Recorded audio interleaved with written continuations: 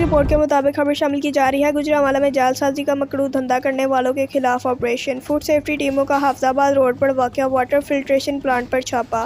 قوانین کی خلاف ورزی پر یونٹ بند مقدمہ درج۔ 15,900 لیٹر پانی کی بوتلیں اور 10 کلو جعلی لیبل ضبط۔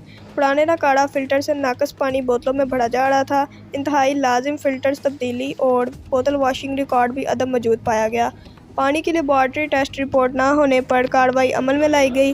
بنیادی ضرورت پانی میں جعل سازی کرنے پر یونٹ بند مالک کے خلاف مقدمہ درج کروا دیا گیا۔ قوانین کے مطابق پانی فلٹر کیے بغیر پیک کرکے فروخت کرنا سنگین جرم ہے۔